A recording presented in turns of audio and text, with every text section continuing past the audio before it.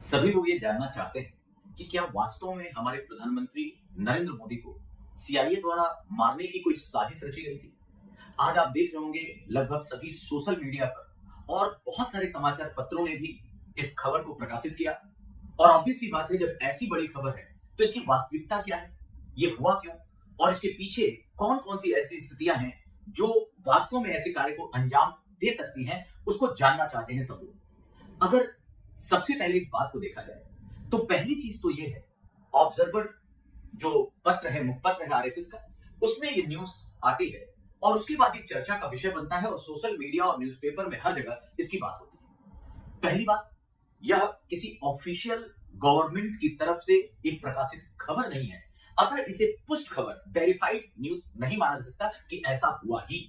लेकिन क्या हुआ और क्या ऐसी आशंका हो सकती है, हम बात इस पे करते हैं। आप सबको पता होगा कि आसियान का सम्मेलन मलेशिया में होने जा रहा है। 47 आसियान समिट, जो बड़ा महत्वपूर्ण सम्मेलन होता है।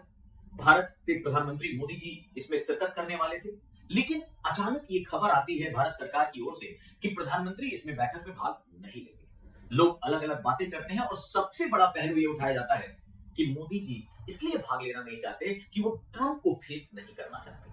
ट्रंप हो सकता है कोई असहज स्थिति पैदा कर दें जिससे भारत और प्रधानमंत्री की छवि थोड़ी सी मलिन हो। ऐसे हालात में कुछ विपक्ष के नेताओं ने भी कमेंट किया और आप सबने इस खबर को देखा होगा। लोग इसी तरीके से चीजों को देख रहे थे। तब तक बहुत सारे न्यूज चैनल, खासकर नॉर्थ ईस्ट न्यूज की एक खबर आती है कि 31 अगस्त को बांग्लादेश की राजधानी ढाका के एक होटल में एक अधिकारी जो एयरबॉर्न में काम कर चुका है, अमेरिकी स्पेशल फोर्स का एक अधिकारी वहां मृत पाया गया। और मृत पाया गया जिसका नाम जैक्सन था। पहले तो इस खबर को छुपाने की पूरी कोशिश की गई बांग्लादेश और अमेरिकी सरकार के दबाव के द्वारा, लेकिन धीरे धीरे ये न्यूज बाहर आई और ये भी पता चल गया कि वो कोई वाणिज्यिक या व्यापारिक एक तरह से कोई दूत नहीं था, कोई व्यक्ति नहीं था, बल्कि वह सीआईए और एयरबॉर्न फोर्स का एक अधिकारी था। अब यहां पर खबर कैसे जुड़ती है?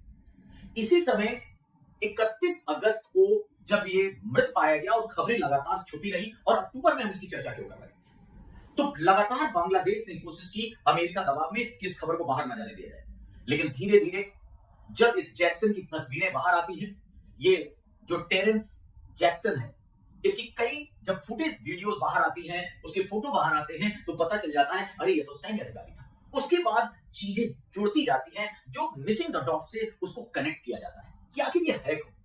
और फिर कहीं ना कहीं एक बात आती है कि इसका भारत से और भारतीय प्रधानमंत्री की हत्या की साजिश से क्या लेना देना है। इस व्यक्ति की जो मृत्यु होती है पोलोनियम पॉइजनिंग के तहत होती है, और आप सब जानते हैं इसमें अगर कोई महारथी है, कोई खुफिया एजेंसी, तो उसका नाम है रूस की केजीबी।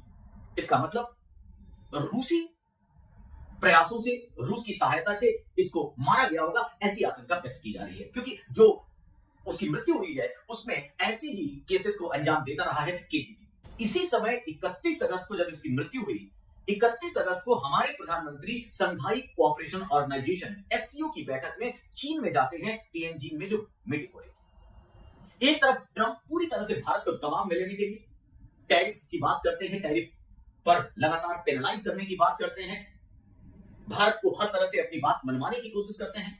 और कहा जाता है कि जब वहां पर तिएनजिन में पुतिन, मोदी और शी जिनपिंग तीनों मिले तो एक करारा जवाब था ट्रंप के लिए। अब जो बातें आ रही, तार जुड़ रहे हैं। ये जो जैक्सन था, इसने मिलकर बांग्लादेश और खासकर पाकिस्तान की इंटेलिजेंस यूनिट आईएसआई के साथ मिलकर एक असैसिनेशन का साइड प्लॉट रचा था चाइना में। अगर चाइना में प्रधानमंत्री के खिलाफ कोई ऐसी बात होती तो सोचिए भारत चीन के रिश्ते क्या होते। कहा जाता है कि कुछ समय के लिए जब ये न्यूज आई, जैसी आशंकाएं, जैसी लोग बातें कर रहे हैं कि शी जिनपिंग या चाइना की जो एजेंसी थी, खुफिया एजेंसी, वो भी बहुत घबरा गई कि ऐसे में क्या होगा। और आप सबको याद होगा पुतिन और मोदी, पुतिन की कार में लगभग 45 मिनट तक वो वार्ता होती रही, कार में बैठकर पुतिन के साथ। अब ये बात आ रही है कि जहां हॉल में मीटिंग होनी थी एससीओ नेताओं की, वहां से निकले और जहां पुतिन और मोदी रुके थे, वहां केवल 3 मिनट की दूरी थी। 45 मिनट तक अगर उन्होंने कार में बात की तो कहीं ऐसा तो नहीं कि रूस को पूरी खबर थी मोदी जी के असैसिनेशन की। और इस प्लान को फ्यूज करने में, इस प्लान को फ्लॉप करने में फिर से एक विश्वसनीय मित्र के रूप में रशिया सामने आया।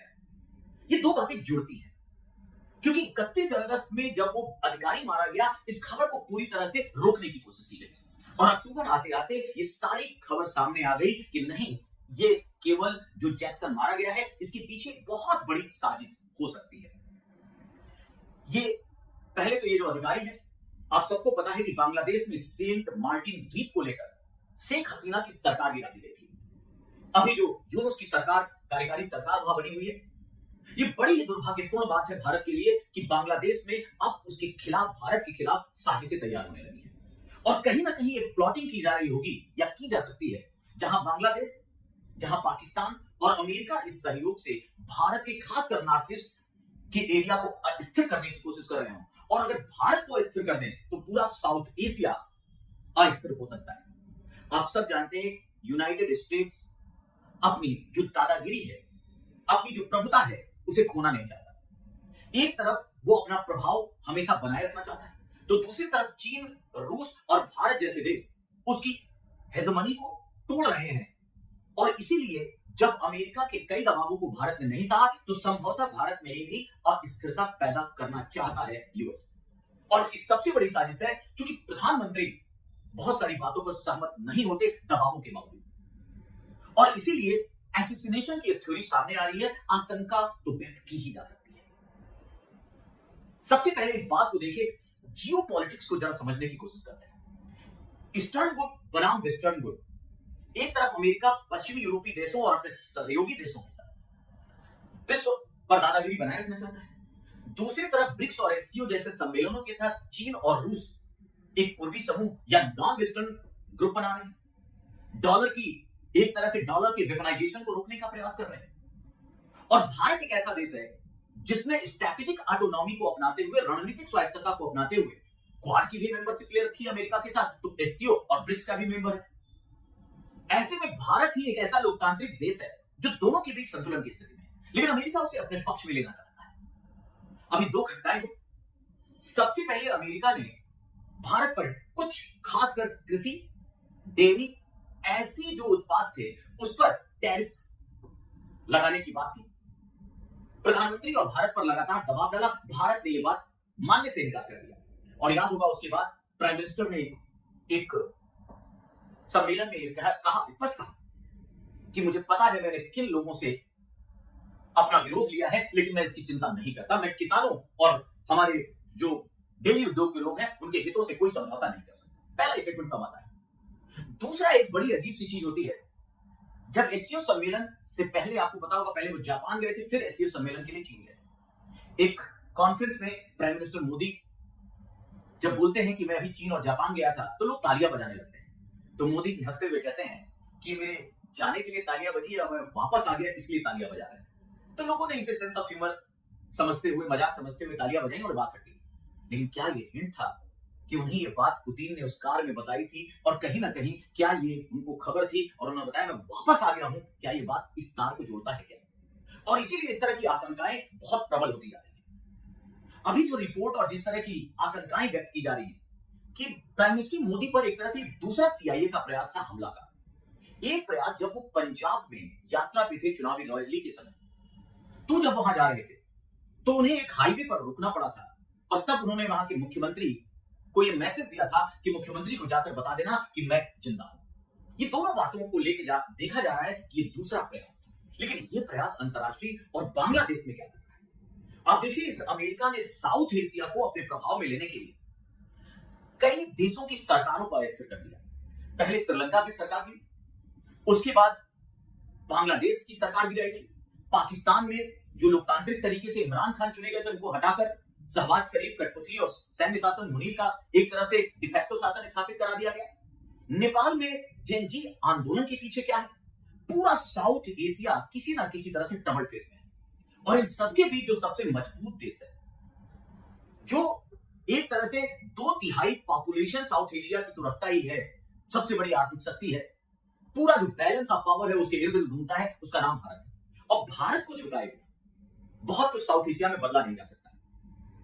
ट्रंप जिस तरह से अपनी प्रभुता स्थापित करना चाहते हैं, ट्रंप और अमेरिका जिस तरह से इस जियो पॉलिटिक्स में फिर से अमेरिका को मेक अमेरिका ग्रेट अगेन मागा की भूमिका को स्थापित करना चाहते हैं, उसमें भारत को वो अपने दबाव में लेना चाहते हैं। और जब दबाव में भारत नहीं आता तो इस तरह की हरकतें सीआईए कर सकता है, तो निश्चित ही कर सकता है, उसका इतिहास ही ऐसा। अगर डिस्टर्बेंस को देखा जाए, पूरे भारत में अराजकता की स्थिति पैदा करने की स्थिति अगर देखी जाए, तो ऐसी हरकतें, ऐसा कोई भी षड्यंत्र, ये बहुत बड़ा षड्यंत्र था, नो डाउट।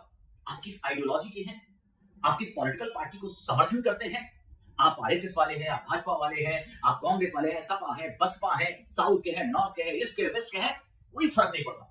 ये राष्ट्र की बात है, भारत की बात है, और अगर ऐसी साजिश हुई तो हम सबको इस मुद्दे पर एक होना है। मैंने फिर कहा, ये पुष्ट खबर नहीं है। इस चीज को चूंकि बहुत सारे बच्चे जानना चाह रहे थे, बहुत सारे लोगों ने कहा कि इसके पीछे की चीज क्या हो सकती है। यस, जियो पॉलिटिक्स और जिस तरह से करवटे विश्व राजनीति बदल रहा है, ऐसे में ऐसी हरकत की जा सकती है तो एकदम की जा सकती है। भारत तो इसका साक्षी रहा है। क्राउली ने बोला है कि विश्व इतिहास में और खासकर भारत की राजनीति की दो हत्याएं कैसे भूली जा सकती हैं। जब ताशकंद में हमारे लोकप्रिय और प्रिय प्रधानमंत्री लाल बहादुर शास्त्री को मारा गया, आज तक कुछ पता चल पाया नहीं। बस हमने स्वीकार लिया कि लाल बहादुर शास्त्री ताशकंद समझौते में मर गए। साथ ही साथ एक और वैज्ञानिक जो अगर जिंदा होता तो भारत संभवतः आज जिस स्थिति में है उसे 20 साल और आगे खड़ा होता। उस महान व्यक्तित्व का नाम था होमी जहांगीर भाभा। किस तरह के इंटरेस्ट में मार दिए गए, कोई भी जांच, कोई भी खबर नहीं आई, लेकिन अपुष्ट खबरें कहती हैं कि सीआईए ने की। तो क्या होमी जहांगीर भाभा को नहीं मारा गया? क्या लाल बहादुर शास्त्री की मृत्यु आकस्मिक और भारतीय हितों के खिलाफ नहीं थी? जांच तो होती नहीं, कोई खबर नहीं आई, और हम इस तरह बैठे रहे कि नहीं ऐसा कुछ नहीं हो सकता। तो ये दो उदाहरण हैं, सीआईए ये अंजाम दे सकता है। और आज के हालात में अगर ये स्थिति है तो बड़ी चिंताजनक है। प्रधानमंत्री मोदी की लोकप्रियता, विश्व में उनके ग्लोबल लीडरशिप की जो एक्सेप्टेंस है, और खासकर जो सबसे बड़ी चीज है कि वो अपने हितों से, भारतीय हितों से समझौता न करने वाले लीडर माने जाते हैं, जो लगातार देखा गया है। जिसमें रणनीतिक स्वायत्तता, स्ट्रैटेजिक ऑटोनॉमी की बात कर रहा हूं, उसके प्रखर चेहरा बनकर उभरे हैं। इससे लेकर कुछ दिक्कतें तो पश्चिमी और खासकर अमेरिका और ट्रंप को हो ही रही है। युद्ध विराम की बात पाकिस्तान और भारत के बीच पूरे दबाव देने के बावजूद जब प्रधानमंत्री नहीं माने, ट्रंप के नोबेल प्राइज की आशा पर पानी फिरा, और जिस तरह वो बार बार आके कहते रहे, इससे भी कहीं ना कहीं ट्रंप की बहुत बड़ी नाराजगी है। लेकिन क्या ये नाराजगी इस स्तर पर आ सकती है? तो राजनीति में ये सब कुछ चलता है, और अमेरिका, सीआईए और इस तरह की कई एजेंसियां हैं, मोसाद जो इजराइल की खुफिया एजेंसी सबसे बेहतरीन मानी जाती है, ऐसी कई घटनाओं को अंजाम दे चुकी है। विश्व में ऐसी कई राजनीतिक हत्याएं हुई हैं। अतः क्या ये कर सकता है? और अमेरिका तो एकदम मान के चलिए वो किसी भी हरकत तक जा सकता है अपनी बात मनवाने के लिए और अपनी हेजेमनी को पुनः स्थापित करने के लिए। लेकिन क्या ये एकदम सच खबर है? क्या हम इस पे पूरी तरह हम ये मान के चले कि ऐसा ही हुआ? तो जो अलग अलग डॉट्स हैं जुड़ते तो दिखाई देते हैं, लेकिन ना तो जैसा मैंने कहा, ना तो किसी सरकारी रिपोर्ट में ये बात आई, ना किसी अन्य जो प्रमाणित एजेंसी है उसने उसकी पुष्टि की है। अतः ऐसा ही हुआ होगा, इसको नहीं मानता। तो आखिर संदेश क्या है? संदेश दो है। पहला, हमें सबको अपनी राष्ट्रीय एकता और अखंडता को देखते हुए सारे राष्ट्र को, सारी भारतीय जनता को इस मुद्दे पर एक विचार रखना चाहिए, और हमारे प्रधानमंत्री की सुरक्षा के प्रति बहुत ही संवेदनशील होना चाहिए, सभी एजेंसियों को, सरकार को और जनता को। और दूसरी बात कि आखिर प्रधानमंत्री अगर इन बड़ी शक्तियों के समस्त नहीं झुक रहे हैं, ट्रंप जब सारी चीजें ट्राई कर चुके हैं और तब भी भारत मानने को तैयार नहीं है, तो यह दिखाता है कि ये नया भारत है पुष्पा का डायलॉग, ये नया भारत है झुकेगा नहीं। तो ये बात तो समझ में आ रही है कि अब जो हमारा भारत की लीडरशिप है, जो नया भारत है, वो चाहे जितने दबाव डाले जाए भारत पर, वह अपने जनता के हितों से कोई समझौता करने नहीं जा रहा है। तो इन दो बातों से संदेश साफ है।